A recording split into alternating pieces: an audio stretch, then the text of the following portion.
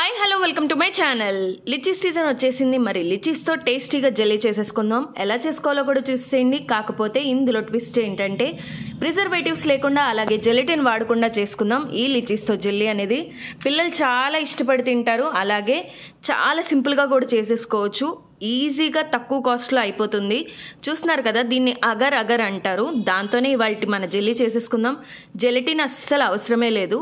దీనికి కావాల్సినవి చూస్తారు కదా. ఇప్పుడు ఒక మిక్సీ జార్ తీసుకుని ఇందులోకి ఒక ప్యాకెట్ అగర్ అగర్ అనేది వేసుకుంటున్నాను.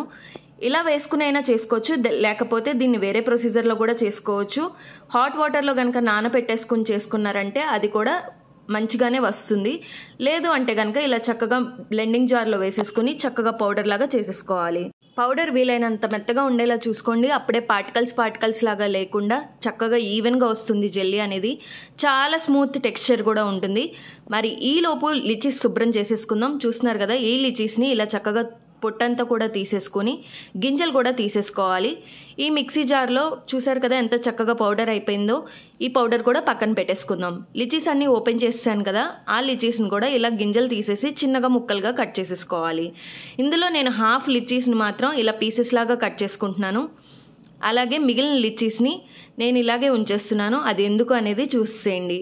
చూస్తున్నారు కదా, హాఫ్ క్వాంటిటీ లిచీస్ని ఇలా పీసెస్లా చేసుకున్నాను.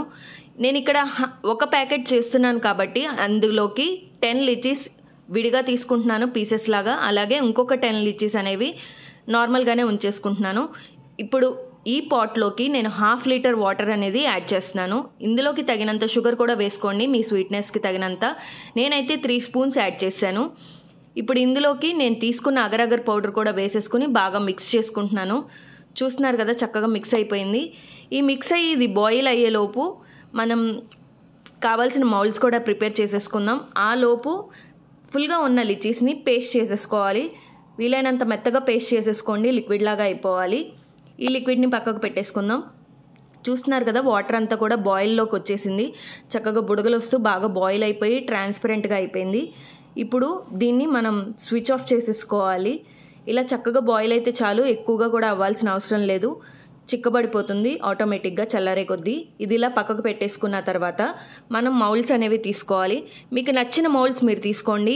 ఇలాంటివి కనుక అవైలబుల్గా లేకపోతే చిన్న చిన్న గిన్నెల్లో కానీ గ్లాసుల్లో కానీ దేనిలో అయినా వేసుకోవచ్చు. ఈ సిలికాన్ మౌల్డ్స్లో వేస్తే మాత్రం కొద్దిగా వేడి తగ్గిన తర్వాతే వేయండి.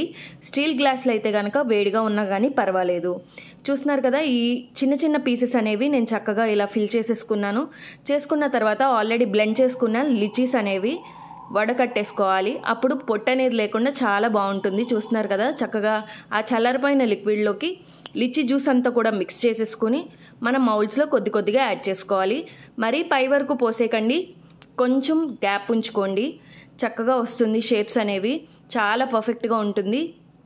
ఇది చల్లారిపోయిన తర్వాతే పోస్తున్నాను నేను. వేడి లేకుండా మాత్రం చూసుకోండి సిలికాన్ మౌల్డ్స్లో పోసేటప్పుడు.